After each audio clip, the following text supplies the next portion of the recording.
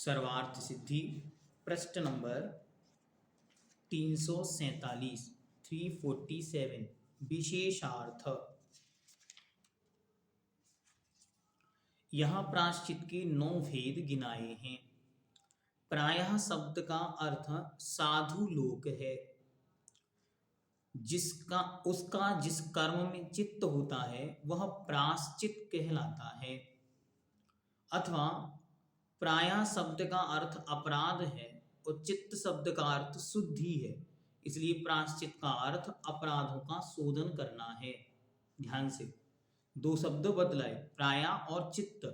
प्रायः शब्द के दो अर्थ, एक साधु लोक, और साधु लोक का जिस कर्म में चित्त होता है वो प्रायश्चित है, और दूसरा प्राह शब्द का अर्थ है अपराध, तो चित्त का अर्थ है शुद्धि। तो चित्त की शुद्धि या अपराधों की शुद्धि के लिए जो कार्य किया जाता है उसका नाम प्रायश्चित है।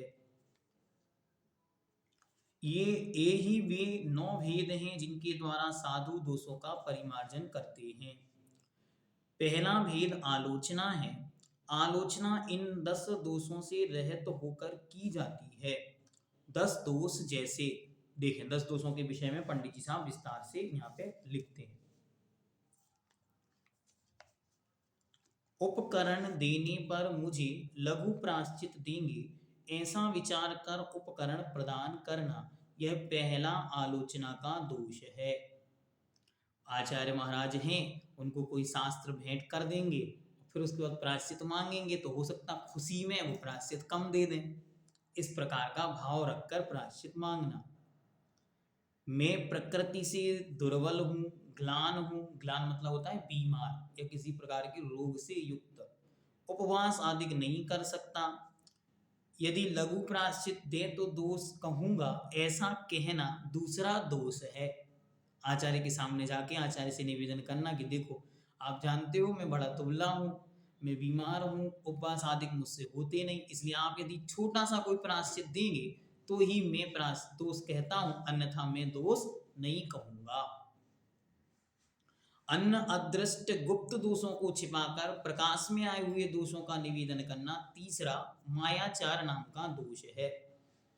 बाकी अपने अपराध तो छिपा लिए, जो दोष किसी ने देख लिया था या किसी को पता चल गया, ऐसा दोष उनके सामने, आचार्य के सामने कह देना, जिससे आचार्य को ऐसा लगे ये अपराध छिपाते नहीं हैं।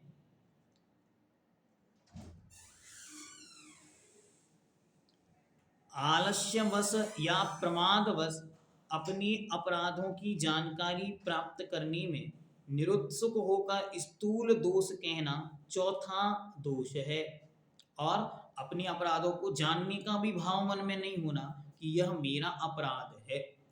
मात्र जो मोटा मोटा अपराध हो गया या दूसरों की नजर में जो दोष आ गया वो तो दोष मान लिया, बाकी ये भी दोष है इस प्रकार का न किसी ग्रंथ आदि से अध्ययन करना, न जानना। महादुश्चर प्रायश्चित के भय से महादोष छिपाकर उससे हल्के दोष का ज्ञान कराना पांचवा दोष है। कोई बड़ी गलती हो गई तो अब उस बड़ी गलती को, क्योंकि अगर बड़ी गलती का प्रायश्चित मांगेंगे तो बहुत बड़ा प्रायश्चित मिलेगा, इसलिए उस गलती को छोटा बना के या अन्य रूप कहकर जिसका छोटा प्रायश्चित मिले, इस प्रकार कहना। व्रत में इस प्रकार दोष लगने पर हमें क्या प्रायश्चित करना पड़ेगा, इस विधि से गुरु की उपासना करना छठवां दोष है। गुरु के सामने गए और गुरु से निवेदन किया, महाराज यदि किसी ने इस प्रकार की गलती की होगी तो उसे क्या प्रायश्चित मिलेगा? तो गुरु महाराज ने कहा इस प्रकार के दोष की यह गलती, इस प्रकार की गलती का यह प्रायश्चित होगा। अच्छा, तो भगवान मेरे से भी इस प्रकार की गलती हुई, ये प्रायश्चित प्रदान करो। तो क्या हो गया, इसमें अपने दोष से अपन को भय था कि ऐसा नहीं कोई बड़ा प्रायश्चित दे दें, इसलिए छोटे में काम कर लिया। पाक्षिक और चातुर्मासिक आदि क्रियाकर्म के समय बहुत साधुओं द्वारा किए जाने वाले आलोचना जन्य शब्दों से प्रदेश के व्याप्त होने पर पूर्व दोष कहना सातवां दोष है, जो हमने आपको कल बतलाया था कि जब सब लोग एक साथ प्रायश्चित मांग रहे थे तभी उस भीड़ में अपना प्रायश्चित कह दिया, जिससे कि अपन को अलग से प्रायश्चित नहीं मिले, जो सबको मिले उसमें मिल जाएगा। अब 4 महीने चातुर्मास आदि के जब प्रायश्चित होते हैं तो सामूहिक रूप से चतुर्दशी के दिन मुनि महाराज बैठकर जो दिवाली दिवाली के एक दिन पहले चतुर्दशी होती, उस दिन सब बैठकर 4 महीने का एक साथ प्रायश्चित करते हैं। संवत्सरिक प्रतिक्रमण होता वहां साल भर का, तो वहां एक साथ अपने दोस्त को कह देना। गुरु द्वारा हुआ प्रायश्चित क्या युक्त है? आगम में इसका विधान है या नहीं, इस प्रकार की शंका अन्य साधुओं के समक्ष प्रकट करना 8वां दोष है। अब मैंने गुरु महाराज को ऐसा ऐसा कहा था, उन गुरु महाराज ने मुझे ऐसा प्रायश्चित दे दिया, क्या पता इसका आगम में विधान है या नहीं, पता नहीं गुरु महाराज ने ये कैसे दिया, इससे मेरी शुद्धि होगी कि नहीं होगी, इस प्रकार का विचार करना। किसी प्रयोजनवश अपने समान साधु के समक्ष दोष कहकर प्रायश्चित लेना 9वां दोष है। कोई साधु अपना प्रायश्चित बतला रहा था महाराज को, अच्छा ये गलती तो मैंने की थी, तो ऐसा ही प्रायश्चित मुझे हो गया, ऐसा नहीं होता। हर गुरु अपने अपने शिष्य को उनकी योग्यता के अनुसार प्रायश्चित देते। ऐसा नहीं कि किसी को उसी गलती का प्रायश्चित उपवास मिला तो दूसरे को भी उपवास ही मिले, नहीं, ऐसा नहीं होता। साधु महाराज देख लेते कि इनको क्या प्रायश्चित देना है, इनकी क्या योग्यता है, इस प्रकार उनको प्रायश्चित मिलता। इस विधि से लिया हुआ बड़ा से बड़ा प्रायश्चित भी फलदायक नहीं होता। मेरा दोष इनके अपराध के समान है, इसे यह भी जानता है, इसे जो प्रायश्चित मिलेगा वह मुझे भी युक्त है, इस प्रकार अपने दोष को छिपाना 10वां दोष है। गुरु के समक्ष अपने दोष नहीं कहना, ये बहुत बड़ा अपराध माना जाता है। साधना के मार्ग में गुरु से एक भी बात छिपानी नहीं पड़ती, गुरु के पास जाकर सारे दोष कहने पड़ते, मुझसे यह गलती हुई। इसलिए जो व्रत लेते हैं, व्रती हैं, मुनि हैं, हरिका माताएं, इलक छुल्लक छुल्लिकाएं और सामान्य व्रती श्रावक हैं, वे अपने गुरु के समक्ष जाकर साल में एक बार या 4 महीने में एक बार या पक्ष में या माह में एक बार जाकर गुरु के समक्ष अपने दोषों को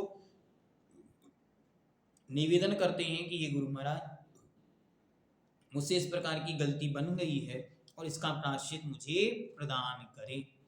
अन्यत्र इन 10 दोषों के अकंपित, अनुमानित, दृष्ट, बादर, सूक्ष्म, छन्न, शब्दाकुलित, बहुजन, अव्यक्त और तत्सेवी ये नाम आए हैं। प्रायश्चित का ये जो ऊपर कहे इन्हीं के नामांतर भी यहाँ पे दिए गए। प्रायश्चित का दूसरा भेद प्रतिक्रमण है। मेरा दोष मिथ्या हो ऐसा निवेदन करना प्रतिक्रमण है। यह शिष्य करता है और गुरु के द्वारा जो आलोचना पूर्वक प्रतिक्रमण किया जाता है वह तदुभय कहलाता है। यह प्रायश्चित का तीसरा भेद है। आगे के प्रायश्चितों के जिनके जो नाम है तदनुसार उनका स्वरूप है।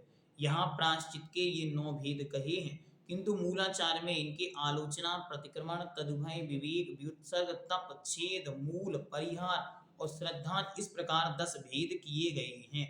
वहाँ एक मूल नाम का और परिहार नाम का और श्रद्धान नाम का भी दिया गया है। जैसे मूल छेद कर देते हैं, पूरी की पूरी दीक्षा ही भंग कर देते, अगर कोई अपराध बड़ा हो गया तो उनकी दीक्षा का छेदन कर देते, इस प्रकार का प्रायश्चित भी होता।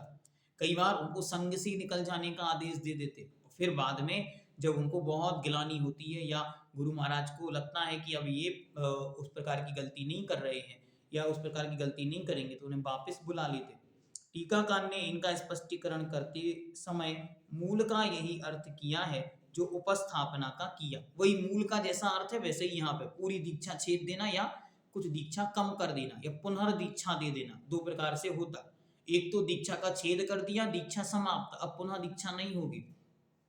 और कई जीवों के पूर्व में ही कोई अपराध आगे कोई अपराध बनने वाला, जैसे मानो कोई किसी को कोई रोग हो गया, उसका उपचार आदि कराना है, तो उसके उपचार के निमित्त से उनकी दीक्षा का छेदन कर देते हैं, पुनः उनके उपचार आदि करके फिर वापस उन्हें दीक्षा प्रदान की जाती है।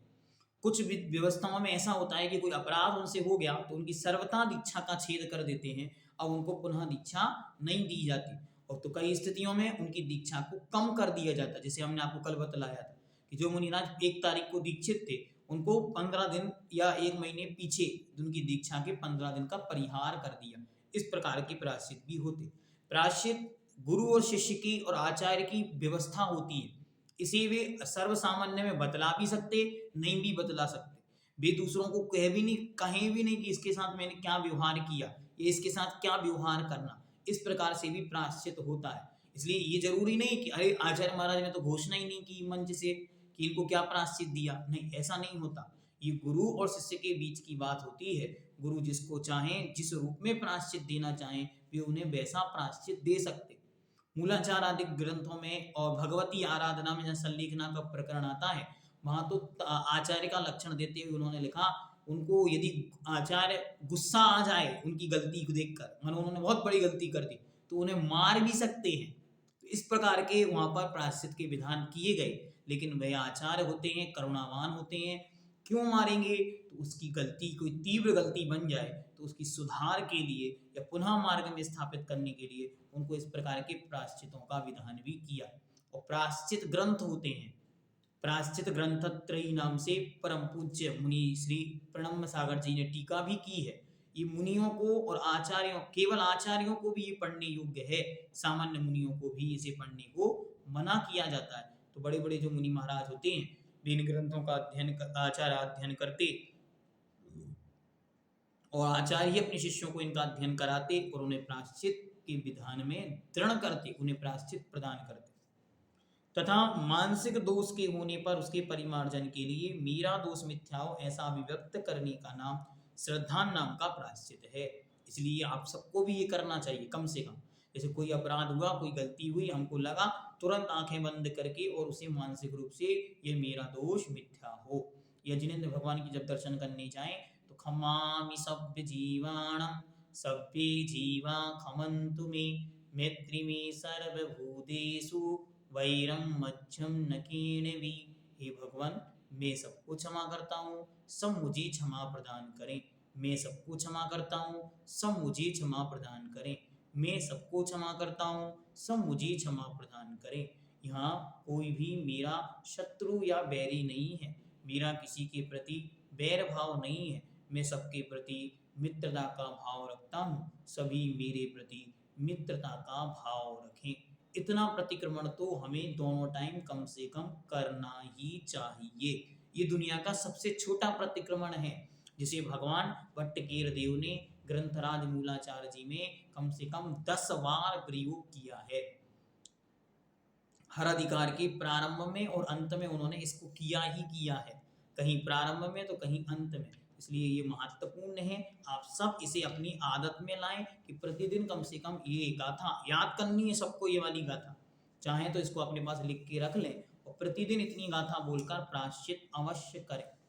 खम्मामि सभ्य जीवाणम सभ्ये जीवा खमन्तु मे मैत्री में सर्वभूतेषु वैरम मध्यम न केणवी।